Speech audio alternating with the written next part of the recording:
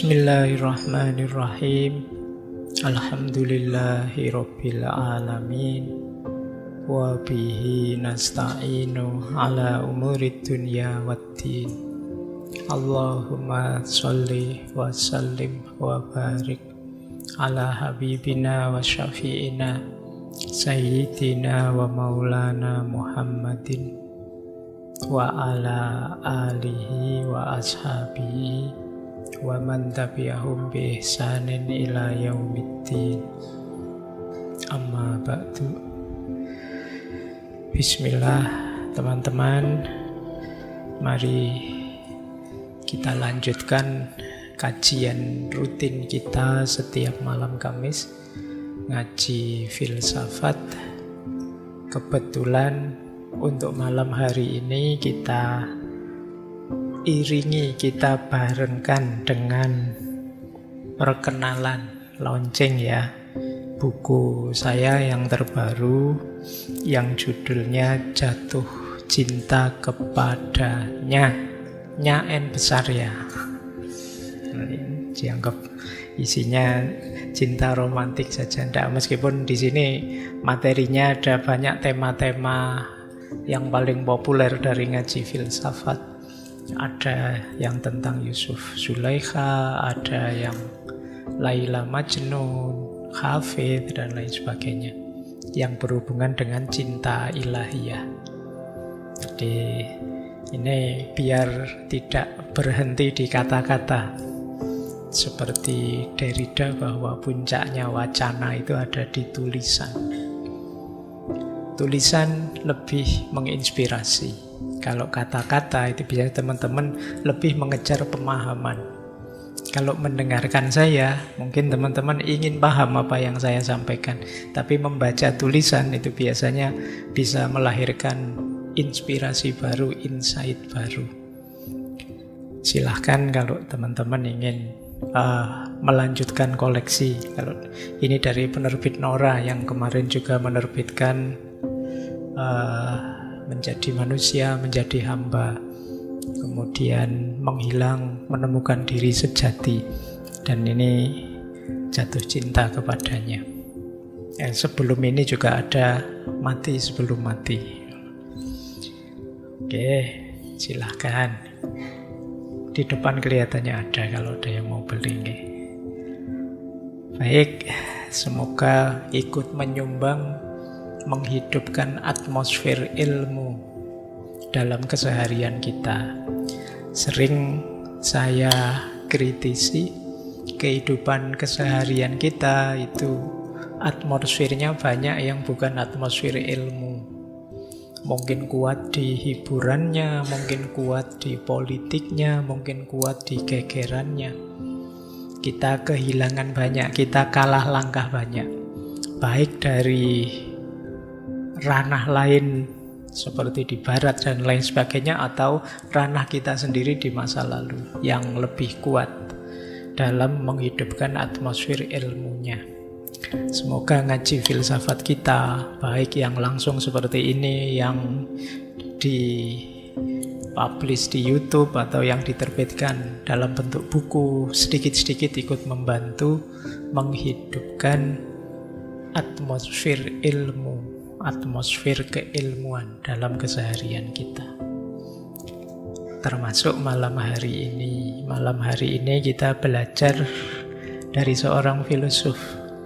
Ini filosof timur tapi barat. Di malam hari ini kita ketemu Byung Chul Han. Kelahiran Korea Selatan tapi hidupnya di Jerman. Ini tokoh filosof yang dikenal dengan buku The Burnout Society. Ini hubungannya apa Pak dengan jatuh cinta kepadanya? Beliau juga nulis The Agony of Eros. Beliau ada 30-an karyanya, ada beberapa yang tentang cinta. Untuk bisa jatuh cinta kepadanya, dunia kita harus beres. Kalau dunia kita kacau, tentu saja perhatian kita terdistraksi dari jatuh cinta kepadanya. Kalau kita kelelahan seperti teorinya Byung Chul Han ini, ya kita sulit untuk jatuh cinta kepadanya.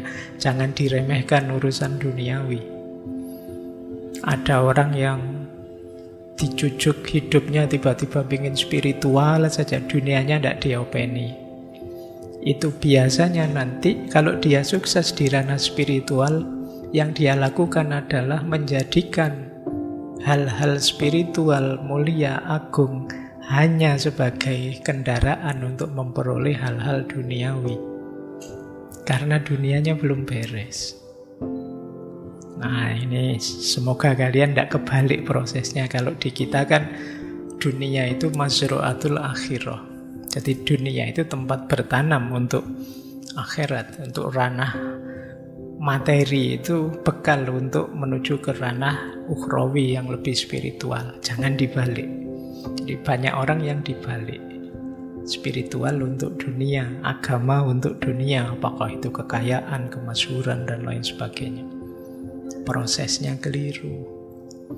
Nah, maka tema-tema seperti ini menurut saya penting ya untuk kita membereskan dunia kita sebelum nanti kita terbang ke ranah spiritualitas. Baik, beliau ini masih hidup, kelahiran 59. Karya-karyanya banyak, termasuk filosof post-struktural, banyak mengkritik neoliberalisme, dan yang paling terkenal ya buku ini, The Burnout Society. Meskipun malam hari ini saya lengkapi dari beberapa referensi yang lain biar pemahaman kita lebih utuh. Oke, saya tidak lama-lama. Ini wajahnya kan khas itu, Korea Selatan, mirip-mirip STY apa mirip-mirip. Ya. Baik ya, kita belajar sekarang. Bismillah. Ya, kita awali dari sini. Jadi menurut Byung Chul Han, masyarakat hari ini itu sedang bergeser dari disciplinary society menuju achievement society. Disciplinary society itu kehidupan kita kemarin-kemarin itu polanya seperti ini. Masyarakat yang dikendalikan oleh norma, aturan, larangan. Itu lebih kuat rasa aturan-aturan larangannya. Kita harus begini, tidak boleh begitu. Ini masyarakat sebelumnya. Ini bahkan filosof sebelum ini dulu kita pernah belajar, misalnya Michel Foucault itu juga melihat bahwa masyarakat modern itu isinya apa saja didisiplinkan. Kalau kalian ingin ngaji, ya santri yang baik itu begini. Kalau kalian ingin mahasiswa yang baik itu harus melakukan ini, jangan melakukan itu. Itu yang disebut disciplinary society. Nah, kata Byung Chul Han, sekarang tidak begitu lagi. Masyarakat hari ini itu lebih kuat aura situasi, namanya achievement society. Kita sudah tidak sibuk lagi bahas apa yang harus kita lakukan, apa yang jangan kita lakukan. Hari ini kita lebih sibuk untuk mencapai prestasi apa. Saya sudah punya karya apa, saya sudah mencapai apa. Itu kesibukan pikiranmu sehari-hari itu. Dan masyarakat kita ya hari ini sebagian besar yang di pikirannya itu. Itu yang disebut achievement society. Overthinkingmu, insecuremu, stresmu, depresimu hari-hari ini kan tentang itu. Masa depan saya, Pak.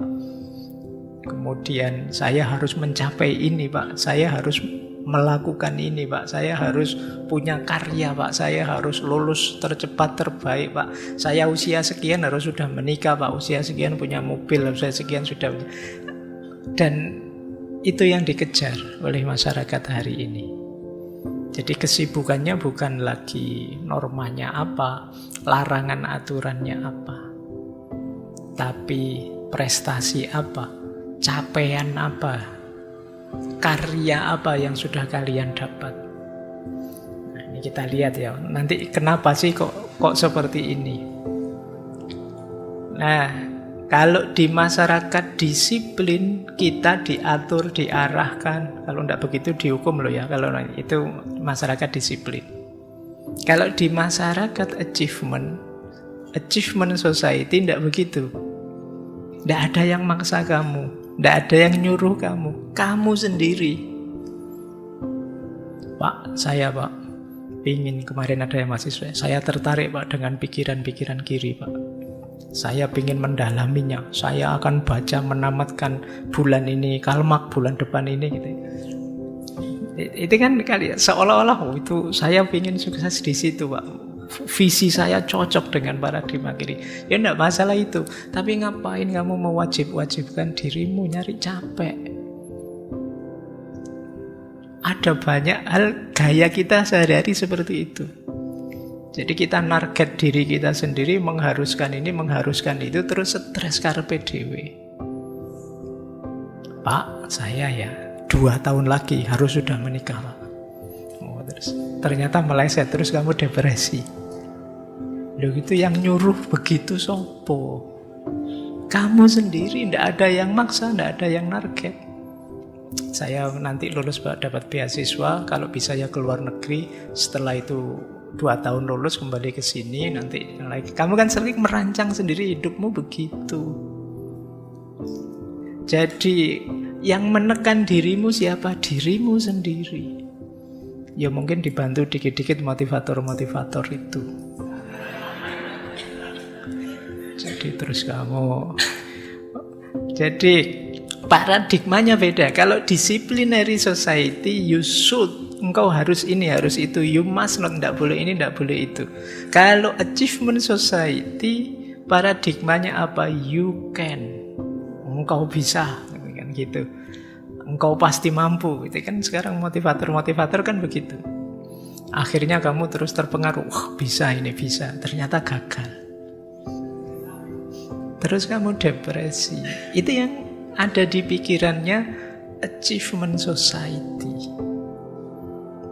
Jadi isi pikiranmu ideal-ideal, cita-cita yang tidak terkendali.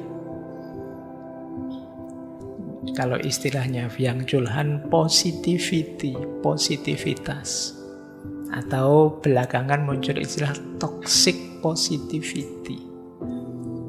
Positivitas, tapi yang justru meracuni hidup.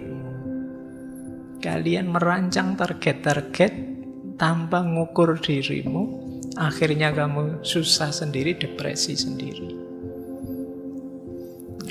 Jadi inilah yang disebut dari disciplinary society menuju achievement society. Kalau zaman dulu anak baik itu anak yang patuh. Kalau sekarang anak baik itu anak yang berprestasi. Jadi kalau ada anak kok tidak punya cita-cita itu diketawain kalau hari ini. Tapi kalau zaman dulu anak yang patuh ini yang dipuji-puji. Ini coba kalian cek nanti diri kalian sendiri ya.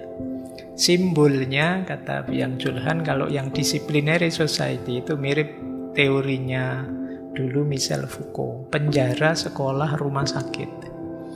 Ini pendisiplinan yang ngatur hidup kita. Sekolah kan menunjukkan ini baik, ini buruk. Penjara untuk menghukum kita. Rumah sakit ya membuat kita waras.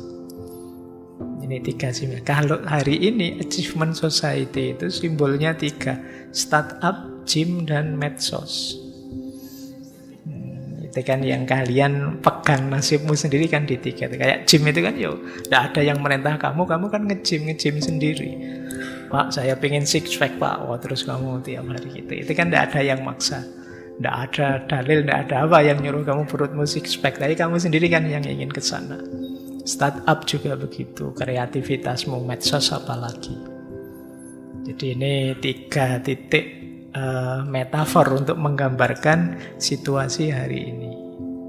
Jadi ternyata justru kalau ada yang bilang, Pak, kita hari ini baik-baik saja atau tidak, ya mungkin kalau dari perspektif ini, dalam banyak aspek kita tidak baik-baik saja, justru karena hal-hal yang kita sebut positif tadi.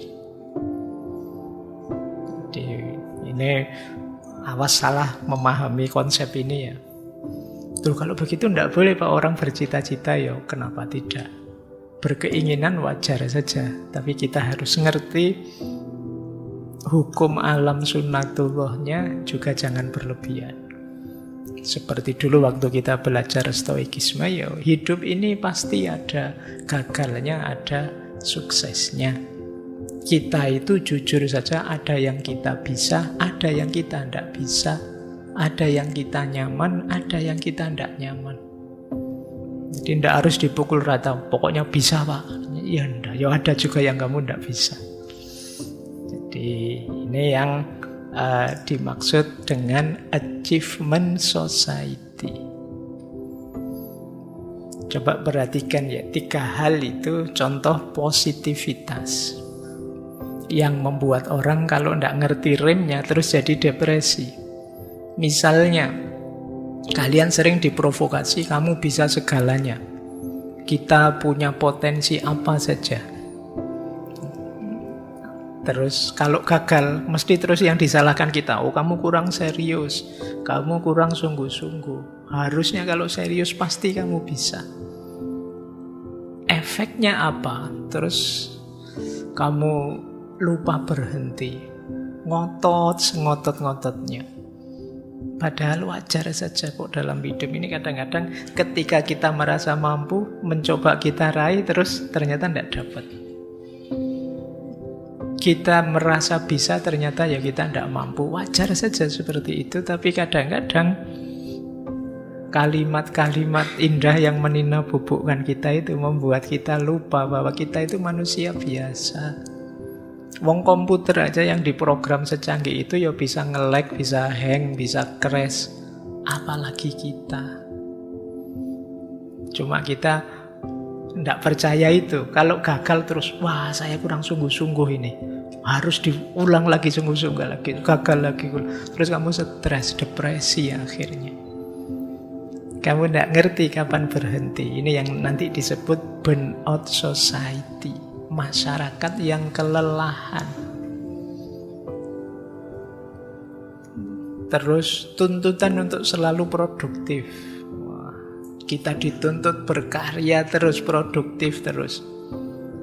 Kalau tidak melakukan apa-apa itu rasanya berdosa. Wah, iya Pak, saya minggu ini tidak punya karya apa-apa, tidak melakukan itu rasanya berdosa. Padahal ya kadang-kadang tidak melakukan apa-apa itu kan lebih baik daripada melakukan apa-apa tapi merusak. Ya kamu selalu membandingkan kan dengan, wah saya tidak nulis Pak, saya itu. Mending Pak saya minggu ini tidak melakukan apa-apa. Ya Alhamdulillah kamu jadinya tidak begal, tidak nyakiti orang, tidak itu aman, tidak melakukan apa-apa. Dari sisi ini kan tidak melakukan apa-apa itu ya baik-baik saja.